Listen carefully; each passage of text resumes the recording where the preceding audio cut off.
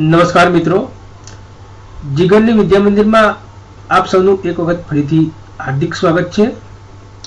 આજે આપણે પ્રવાસી શિક્ષકનું બિલ કઈ રીતે બનાવવું એ આપણે આ વિડીયોની અંદર જોઈશું। તો સૌપ્રથમ પ્રવાસી શિક્ષકનું બિલ બનાવવા માટે આપણે સબ ક્રિએટરનું લોગિન કરી લઈશું। ત્યારબાદ લોગિન થતા આપણે પેમેન્ટની અંદર જઈશું। ત્યારબાદ બિલ એન્ટ્રીની અંદર આપણે જઈ અને કન્ટીજન્સી સ્કીમ બિલ સિલેક્ટ કરીશું।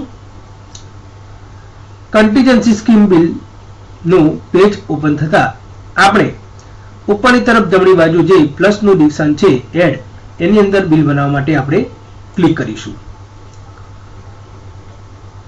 ક્લિક કરતાની સાથે આપણને એક નવું પેજ દેખાશે, જેની અંદર સૌપ્રથમ આપણે કન્ટીજન્સી બિલ નંબર અહીંયા દેખાશે, જેની અંદર આપણે કઈ નંબર નાખવાનો નથી। ત્યારબાદ બિલ ટ્રાન્ઝેક્શન ની અંદર આપણે જે મહિનાનો આપણે બિલ બનાવી છીએ એનો આપણે જાવક નંબર અથવા તો આપણે જે મહિનાનું બિલ છે એ નાખી દઈશું। મારે જાન્યુઆરીનું બિલ છે તો હું 01/2025 એવું હું લખી દઉં છું। ત્યારબાદ આપણે એ બિલ ટ્રાન્ઝેક્શન રજિસ્ટ્રેશન ડેટ છે એ આપણે યથાવત જે છે એ રાખીશું। ત્યારબાદ આપણે ફંડ ટાઈપની અંદર સ્ટેટ ગ્રાન્ટ, ત્યારબાદ આપણે બજેટ હેડની અંદર જે રીતે આપણે બિલ બનાવી છે તે જ રીતે 22/02 સિલેક્ટ કરી અને આપણે લાસ્ટ જે 31/31 જે આપણો છે હેડ એ આપણે સિલેક્ટ કરીશું। ત્યારબાદ આપણે ડિસ્ક્રિપ્શનની અંદર આપણે જાન્યુઆરીનો પગાર બિલ બનાવ્યો છે માટે જાન્યુઆરી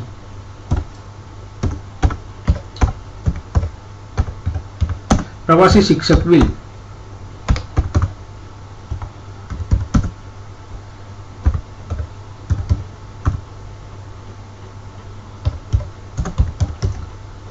લખી લઈશું।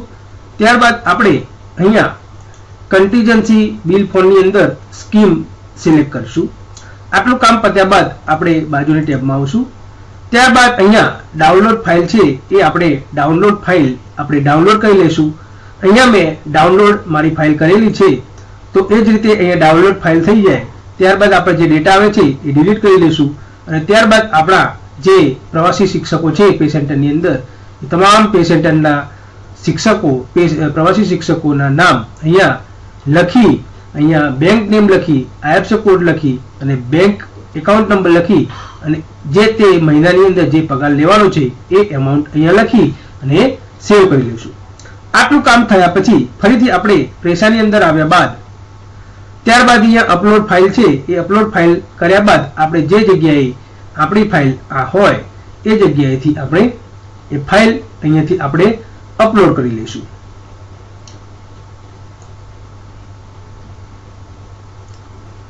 અહીંયા હું સિલેક્ટ કરી અને ઓપન કરતા જ આપણી જે ફાઇલ હતી એ ફાઇલના નામ અહીંયા આપણને જોવા મળે છે। ત્યારબાદ આપણને અહીંયા ફાઇલના નામ દેખાયા બાદ આપણે ગ્રાન્ટ ફંડની અંદર જઈશું। ગ્રાન્ટ ફંડની અંદર જતા પહેલા આપણે જે પણ તમામ શિક્ષકોનો પગાર એ આપણે અહીંયા કુલ ટોટલ જોઈ લઈશું।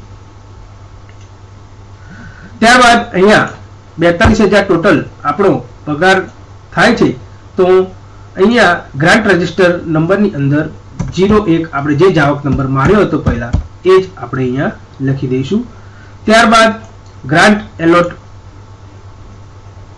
ફાઇનાન્શિયલ યરની અંદર આપણે જે ટોટલ રકમ થતી હતી એ આપણે અહીંયા લખી લઈશું। ત્યારબાદ એની જ રકમ ફરીથી અહીંયા લખી લઈશું। ત્યારબાદ આપણે ફરીથી એની રકમ અહીંયા લખી લઈશું। એ લખતા અહીંયા 0 દેખાવો જોઈએ છે આપણે।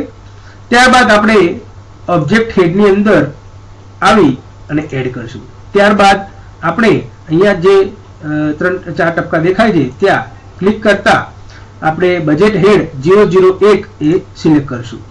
ત્યારબાદ એમાઉન્ટની અંદર જે આપણી 42,000 હતી ટોટલ એમાઉન્ટ અહીંયા નાખીશું।